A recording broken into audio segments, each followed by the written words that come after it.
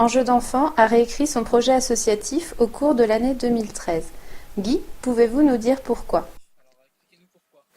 Oui, on a souhaité réécrire ce projet parce qu'il y a eu une évolution importante du nombre de personnes incarcérées. Ça a entraîné l'ouverture de nouvelles prisons sur le secteur où nous intervenons.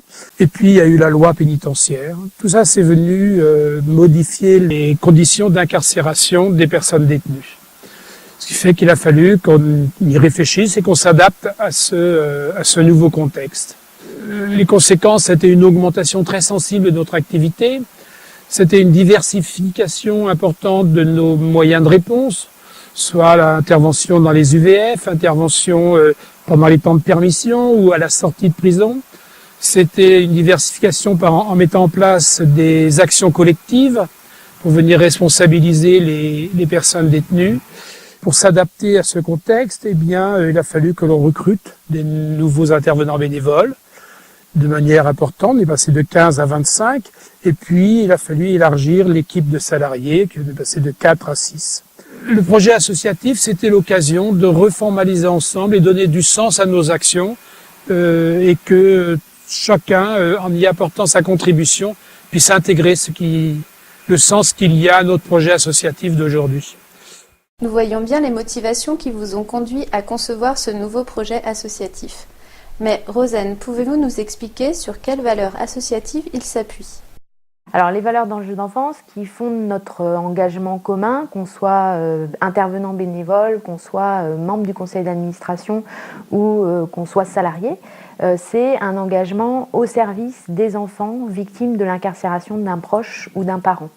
Donc notre engagement, c'est auprès de l'enfant d'abord, c'est garantir finalement que cet enfant, séparé de fait par d'un de ses proches ou d'un de ses parents, puisse continuer à être en relation avec cette personne. Cette relation, pour nous, est déterminante du point de vue de la construction de cet enfant, du point de vue aussi du fait qu'il doive faire face, lui aussi, à la question de l'incarcération dans sa vie, et que cette question-là doit être accompagnée, doit être parlée.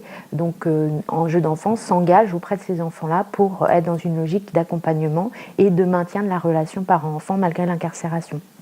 En deuxième lieu, nous nous engageons, et c'est corollaire un peu de ce premier engagement, au service des parents détenus.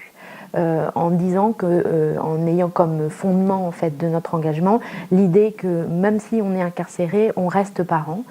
Quand on a encore l'autorité parentale, on doit pouvoir continuer à l'exercer et continuer à avoir une fonction, une responsabilité parentale malgré l'incarcération. Donc nous nous engageons auprès de ses parents pour faciliter la mise en relation avec l'enfant à l'extérieur. En troisième lieu, et j'ai envie de dire ça fait lien entre la question de l'enfant et la question du parent, notre engagement est un engagement social. On pense que le maintien de la relation parent-enfant malgré l'incarcération est un véritable levier pour la réinsertion sociale des détenus. En maintenant l'idée de la responsabilité parentale, finalement, on permet à ces détenus aussi de garder une responsabilité sociale. Donc c'est le premier volet un petit peu de notre engagement du point de vue social. Et puis deuxième volet, qui est aussi important, c'est qu'on est des acteurs engagés pour vraiment déterminer à faire de la question de l'incarcération, de la question de la prison, une question citoyenne au niveau du débat public. Mais ces valeurs, comment se déclinent-elles en termes de fonctionnement et d'organisation? Les principes d'action à enjeux d'enfants, c'est déjà la réaffirmation du triptyque d'acteurs, intervenants bénévoles, bénévoles membres du conseil d'administration et salariés. Ce triptyque, c'est 3 groupes d'acteurs qui agissent en complémentarité dans l'association au quotidien pour permettre finalement la rencontre, la décision, la participation de chacun. On défend un modèle transversal où chacun à son niveau peut participer, doit même participer à la définition de des orientations de l'association. Donc ça, c'est le premier principe d'action, principe de fonctionnement. Deuxième principe d'action fort à enjeu d'enfants, historique, c'est l'enjeu de la formation des intervenants bénévoles. Chacun peut venir soucieux d'intervenir à enjeu d'enfants, travailler au service de l'association. En revanche, afin de garantir une qualité de l'intervention, on développe une politique de formation pour permettre à chacun d'acquérir des compétences professionnelles nécessaires à l'intervention qu'on a auprès des enfants ou auprès des parents incarcérés. Nous avons bien perçu vos valeurs et vos principes d'action, mais Valérie, comment votre association prend-elle en compte l'intérêt de l'enfant ? C'est soit le parent incarcéré qui nous fait la demande, soit le service social. Et dans les courriers, c'est je veux voir mon enfant, est-ce que vous pouvez l'accompagner ? Ce qui nous intéresse, c'est de savoir un peu la position de l'enfant. Et toi, qu'est-ce que tu as envie ? Ton père, ta mère souhaitent te voir, mais et toi ? Qu'est-ce que tu as envie ? Imagine que le parloir se mette en place. Tu aurais envie de dire quoi à papa ? Ça, tu voudrais pas en parler ? Pourquoi ? C'est de voir un petit peu dans quoi l'enfant peut être pris. Tout ça pour éviter que l'enfant se retrouve... peut-être prise en tenaille, tiraillée entre ses deux parents, donc du coup un peu l'enfant objet, ou alors l'enfant médicament aussi. On n'a pas envie d'accompagner un enfant, tout simplement parce que le parent a besoin de cet enfant, que ça va lui faire du bien à ce parent de voir son enfant. Nous, c'est toujours avoir en tête, mais pour l'enfant, qu'est-ce que ça va lui apporter ? Qu'est-ce que lui a envie ? Et surtout, qu'est-ce qu'il ne veut pas aussi ?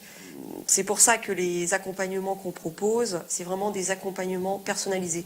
Chaque famille est différente, vit une situation qui lui est propre.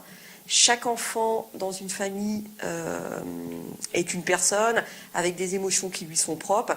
Et du coup, on ne peut pas proposer le même accompagnement à toutes les familles qu'on accompagne. Et en plus, on ne peut pas proposer le même accompagnement à tous les enfants d'une même famille. C'est pour ça que pour nous, c'est vraiment important d'aller rencontrer toutes les personnes de la famille, c'est-à-dire le parent incarcéré, le parent à l'extérieur et chaque enfant aussi. Et d'échanger avec chacun sur, voilà la demande de ton père, de ta mère. Mais toi, qu'est-ce que tu as envie ? Comment t'imagines d'être en relation avec ton parent ? Parce que l'objectif... En fait, ce qui fait l'accompagnement d'enjeux d'enfant, c'est bien qu'on accompagne la relation enfant-parent, mais du coup, c'est permettre à l'enfant de trouver un mode relationnel avec son parent incarcéré qui lui convienne, à lui, enfant. Concrètement, Marine, Marie, les accompagnements d'enfants, ils se déroulent comment ? À partir d'une demande qui nous arrive, on va rencontrer l'ensemble des personnes qui ont à dire quelque chose à propos de cette demande. Je veux voir mon enfant en parloir. L'éducatrice va aller rencontrer le parent qui fait la demande après une démarche de permis, l'autre parent à l'extérieur et l'enfant. Et quand un projet se dessine d'accompagner les enfants en parloir, on va passer le relais à un intervenant bénévole qui va devenir le fil rouge. Nous intervenons et nous venons d'abord faire la connaissance de l'enfant. C'est quand même le centre de notre action. Donc on va le rencontrer, on va parler de ce qu'il fait, de ce qu'il aime, de ce qu'il peut imaginer aussi dans sa tête, où est son papa ou sa maman en prison, comment ça peut se passer. On va essayer vraiment de le connaître. Et puis nous aussi, on va parler de nous, pour qu'il soit vraiment sécurisé quand on l'accompagne, voir son parent, parce que c'est pas facile pour un enfant de franchir les murs de la prison. Voilà. Donc, quand on a aussi fait connaissance du parent incarcéré, on va expliquer à l'enfant comment va se passer un parloir. D'abord le trajet, on va venir le chercher, ou on se rencontre sur un parking, on va l'amener, on va on va être devant donc cette maison là inhabituelle, et puis on va passer le portique, on va attendre, et là ils vont surtout pour ceux qui viennent pour la première fois, ils découvrent autrement ce papa ou cette maman qu'ils n'ont pas vu peut-être certains depuis longtemps. Donc il va y avoir ces moments d'émotion un petit peu avec cette venue, cette entrée de ce parent. L'émotion aussi de l'autre côté, aussi de la part du père ou de la mère. Et alors certains moments ça se passe de façon, ils se jettent dans les bras l'un de l'autre, et puis d'autres moments c'est plus difficile, ils vont venir à côté de nous, ils vont s'attacher à nous parce que il y a... Vous mettez aussi en place des actions collectives en détention. Vous pouvez nous en parler ? C'est une autre manière de soutenir la parentalité. En détention, on propose différents types d'actions collectives chez les femmes et chez les hommes. Une des actions collectives qu'on propose et qu'on a partagé d'ailleurs avec Oui, Marie, tout à fait, ouais. c'est les ateliers pères. Des ateliers pères en prison, pères quand même, on a appelé ça.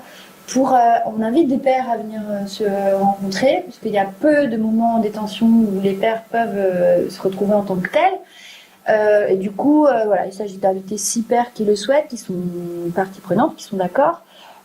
Aussi pour des intervenants d'enjeu, un juriste, un intervenant, un éducateur jeune enfant. On discute ensemble de leurs préoccupations de parents.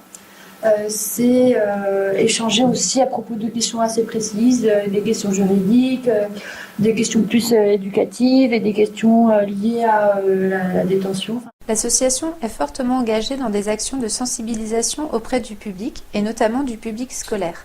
Manon, Marine, quel est votre sentiment ? Moi, je pense que c'est un peu un travail de fourmi, en fait. C'est qu'on soit bénévole, éducatrice, présidente de l'association, chacun, même dans l'entourage, voilà, va dire, bah, moi, je travaille, je suis bénévole là. Donc, on va sensibiliser nos parents, nos amis. Et petit à petit, ça grandit. Après, on peut pas sensibiliser tout le monde entier et tout le monde n'est pas intéressé par ça. L'incarcération, ça peut nous paraître quelque chose d'assez éloigné, mais ça peut nous toucher à un moment donné ou toucher quelqu'un qu'on connaît. Et donc, si on a eu cette sensibilisation-là, eh ben, peut-être qu'on va réagir différemment. Si, par exemple, un élève apprend que son copain, son papa, il est en prison, et voilà. C'est aussi de pouvoir travailler là-dessus et avoir une première réflexion, en tout cas. Vous avez chacun dessiné les contours de votre projet associatif. Marine, comment cela va se traduire dans les années à venir ? Alors les grands projets de l'association pour les années à venir, ce sera vraiment asseoir les actions actuelles, continuer dans cette dynamique d'exigence dans la qualité de ces interventions et permettre à l'ensemble de ses membres de continuer à être dans une dynamique de formation pour ça. Pouvoir proposer un accompagnement de la transition dedans-dehors, c'est-à-dire au moment de permission et surtout au moment de la sortie de détention de la personne sur une durée courte.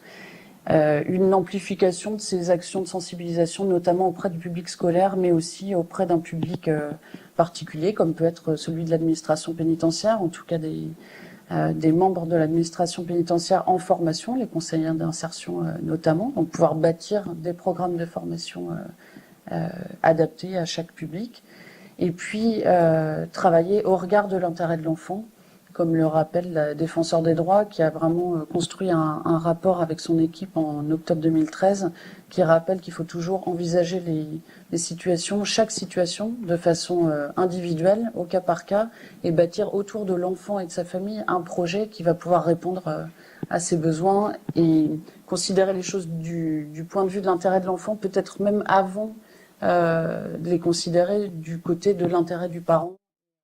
Pour mener à bien l'ensemble de ces projets et pour pouvoir vraiment continuer à proposer des interventions de qualité, l'association a besoin aujourd'hui plus que jamais de compter sur l'ensemble de ses partenaires, sur l'engagement de chacun et l'engagement aussi de chacun de ses membres, quelle que soit sa place dans l'association. Donc on compte vraiment sur l'équipe avec la motivation dont elle a su faire preuve jusqu'à aujourd'hui et où chacun de sa place va pouvoir contribuer à faire vivre ce beau projet associatif.